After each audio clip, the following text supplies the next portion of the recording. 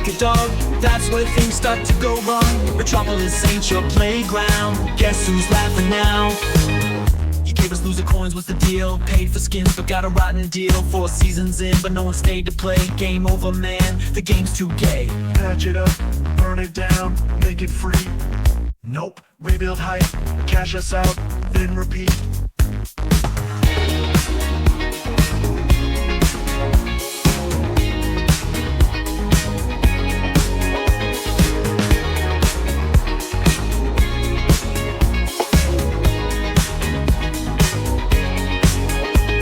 Did Marvel Rivals just like kill every game in its competitive sphere? Like all of them? Like simultaneously? Is Pokemon next? How about Power World? Who knew? Anyway, Rocksteady to end support for Suicide Squad Kill the Justice League after less than a year confirms that Season 4 and the Deathstroke DLC as final content offerings. Now, you might be wondering, oh gosh, oh gee, this got started off on such a good step, right? Like, oh, wait, no, Rocksteady delays Suicide Squad to Kill the Justice League to give players the best quality experience. That's like what Ubisoft said about Assassin's Creed Shadows. Remember that? Makes you wonder, huh? But this was back in April 14th of 2023 when they were delaying this game, okay? And now, all the way over here on December 9th of 2024, they're like, yeah, it's over with. That was fun. We had a good time just rolling around in the grass for a minute there. We're done. We're done, though. It's all over. But you remember, it just kept, doing damage after damage after damage. You might be wondering, like, why? Why is it shutting down, right? Well, it cost Warner Brothers Games 41% losses, right? 41% in losses, like as a whole, like the whole Warner Brothers gaming division. That's how toxic, poisonous, whatever you want to call this game, right? That's how corrosive, that's a good word for it. It's a corrosive this game is for Warner Brothers Gaming, okay? 41% loss on this. I think it was something like $200,000 they lost on this. May have been $200 million. So just exorbitant amount of money just tossed on top of the fire heap of history. So here we have it. Guess what happens? More trouble down the line, as reported back in 2022. Rocksteady reportedly offered lots of money in a resolution over an alleged sexual assault. This whistleblower, though, demanded an apology, not money.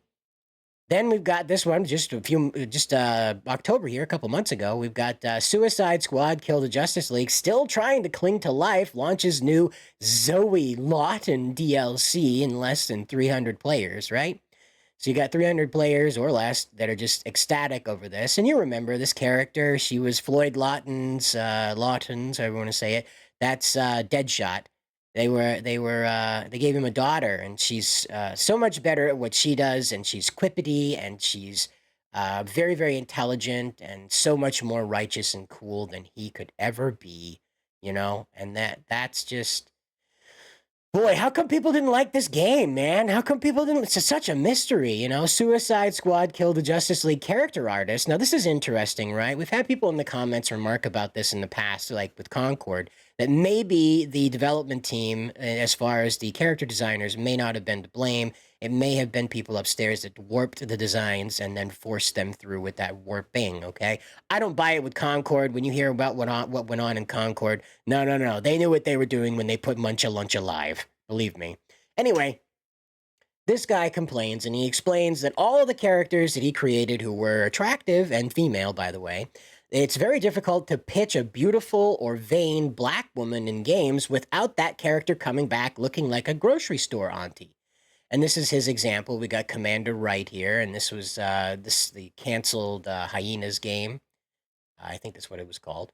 Of course, you got Harley Quinn, and she just kind of looks like one of those mids that complains about her Starbucks order not being correct or the name not being wrote, and like tons of TikTok videos about how she's going to sue Starbucks into oblivion about it.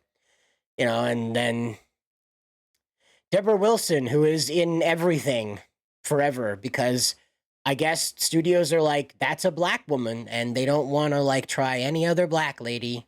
That's the only black lady. How's that feel, by the way, right? Like, Deborah Wilson just keeps getting these jobs because they're like, that's a black lady. How's that feel, Deborah Wilson? You realize you're being tokenized, right? You do understand that, right? And also, to our black viewers, how do you feel about that, right? Like, they just picked that one, and they were like, you look like female Mace Windu. that went through the dry cleaners backwards. Yeah, you look good enough to be one of those Jedis that kicks Darth Vader's ass. We'll show him what's up with the female Force. The Force is female. Oh yeah. But see, again, this character, she plays Amanda Waller in the Suicide Squad game, so it's not too different from how she looks here. And again, this guy was explaining that he based some of the designs off of this character, of this woman right here, and this is what happened: is that he based the designs. His initial designs were like based off of this, and this is what they gave him back, as the option back. And so it's a deeper problem that plagues Rocksteady than just like the initial game that was released. It's a whole apparatus in WB gaming, probably the industry itself, as we know, that is just 100% dedicated to destroying the aesthetic of any game whatsoever, obliterating what escapism is and confronting people with the reality of life that is difficult and annoying to deal with in the middle of a game where you're supposedly supposed to be enjoying yourself. And here it is. Rocksteady Studios begins cutting staff in response to failure of Suicide Squad Kill the Justice League. The quality assurance team reportedly has been reduced by half. That was just back in September of this year. Okay? So the game came out. Everybody hated it. Quite a few people hated it. Everybody hated it. Let's just be honest. Everybody hated it. And ta-da, they ended up getting rid of half the quality assurance team, thinking that was the problem. Oh yes, the game doesn't function well enough. That's the issue, right? The characters aren't wiggle-waggling enough, okay? Captain Boomerang's P-stream isn't viscous enough. I think that's the word. Anyway, it isn't gnarly enough, right? No, that wasn't the case. It's that on its face, this whole thing was wrong, all right? There may be a few people in our audience that think it's a smart idea to go out into the world and have the villains murder the heroes, okay? I, for one, think that is an incredibly, let's use their word, toxic idea. Heroes should never be presented as the villains on their face. There shouldn't be an evil Superman. There shouldn't be an evil Flash. There should be people who have those powers that are evil, but are different people entirely from the original heroes. Let's take Ultraman, for instance, versus Superman. That's an entirely different character. Zod is different from Superman, possesses most of the same powers that Superman does. Take Hunter Zolomon there, the Reverse Flash. You have Eobard Thawne, the Reverse Flash there. These are separate entities from the heroes that possess their abilities and thus have that one-on-one kind of threat for the hero. Making the Suicide Squad go out and murder the Justice League as a righteous act, by the way, was probably the dumbest thing that this franchise, burgeoning, this attempted franchise, could have ever have done. Really. They one-shotted Batman. They executed Batman in the opening sequences. Like, at what point, right? At what point do you, why do you want to play this anymore? Why do you want to run around as a snippety Harley Quinn, a brain-dead Captain Boomerang, Chud Bud, brain-dead, Deadshot, and then walking comedic fodder, what are we talking about here? King Shark. And he got the Green Lantern ring. Like, King Shark got the Green Lantern ring, and the Lantern ring turned against him. Like, have you ever seen that happen before? I've never seen the Green Lantern ring override its wearer. That seems, like, impossible and dumb. Like, what's the point of willpower if the ring overpowers your will? Like, the most basic concept. A Green Lantern ring functions on willpower, and the willpower of the ring overpowered its chosen wearer?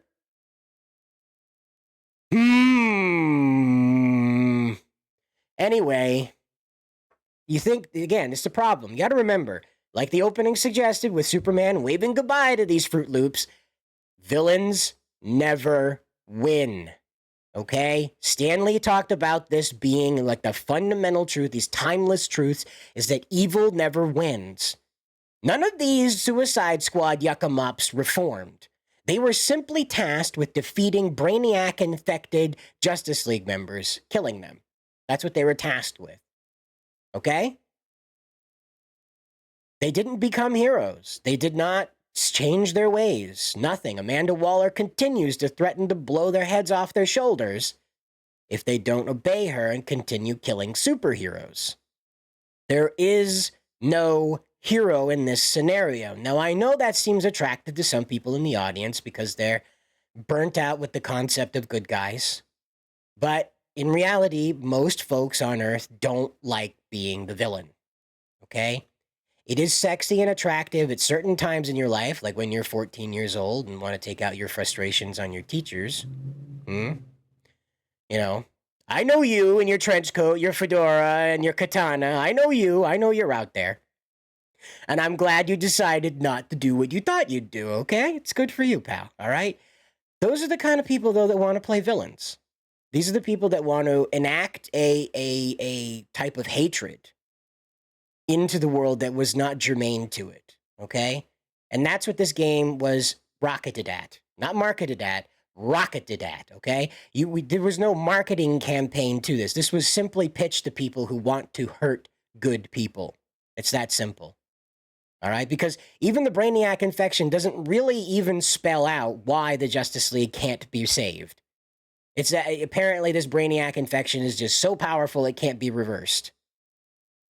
So it's a total fatalist plot line to begin with. So you have to put the Justice League down like dogs. There's no negotiation. There's no winning them over. There's no defeating Brainiac's programming. You have to kill them. And they do. And they do. Captain Boomerang pees on Flash. Do you really want to play a game in which a hero is peed on because his body was taken over, his personality was warped into being a horrendous villain to serve a greater evil? So you're going to pee on that guy who wasn't even the one making the decisions to do those evil things? Do you see the problem here? That on its face, they just hate heroes, they just hate good people, and they wanted to kill them in the most creative ways they could think of, and then pee on them. Rocksteady confirms the next Suicide Squad Kill the Justice League DLC character, Mrs. Freeze, is a lesbian. Because... why not? Because Killer Frost is a character that we just can't deal with, right? Killer Frost, who would want that character, right? We might as well sex swap, gender swap, whatever, Mr. Freeze, because, haha, Mrs. Freeze is so clever. Huh? Her hair is made out of ice. We are so smart. And as you can see, this character was just a joke on its face forever. There was never an attempt to try and make this character intimidating or at all the kind of threat that she is made out to be in the introduction of this character, okay? And once again, we see, like, this is what Arkham Mr. Freeze looked like in the past, and this is what it is now. And of course, this isn't Nora. This is Victoria Freeze, who is still dealing with a Nora that's frozen in there. So apparently this guy just was some asshole that called himself Mr. Freeze to piss her off or something. Because again, this is all supposed to be in the Arkhamverse. This isn't a new universe. We're told this is all the same Arkhamverse stuff. But we have people out on Twitter that had a reaction to this, and they say, Suicide Squad Killed the Justice League makes female characters ugly and loses millions, and Marvel Rivals comes along and makes girls look like they came from Evangelion, and it's an instant hit. And this is that young gal from Into the Spider-Verse that had the robot spider character that assisted her. She's very Japanese anime-centric, if you will.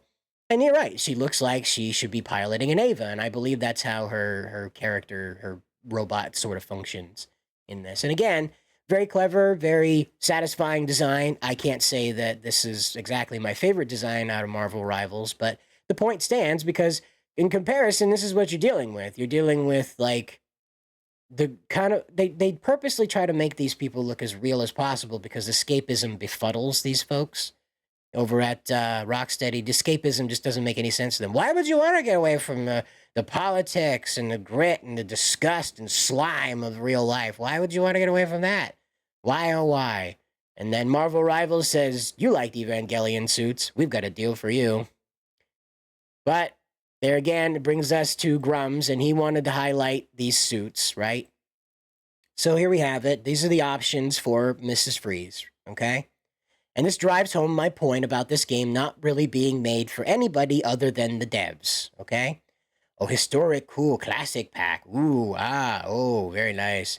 Lex Luthor took like a dump on the costume and put her head in some kind of Tupperware jar, so that's neat. That's really cool. Smart, it's very smart. Who wouldn't want to run around killing superheroes looking like the Hulk jizzed on you?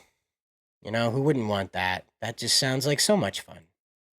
And then, of course, these were the different flag packs that would come with the character. Your Pride outfit pack. You could mix and match all the wackity-doo color patterns and all these vibrant colors to let everybody know just how queer you are.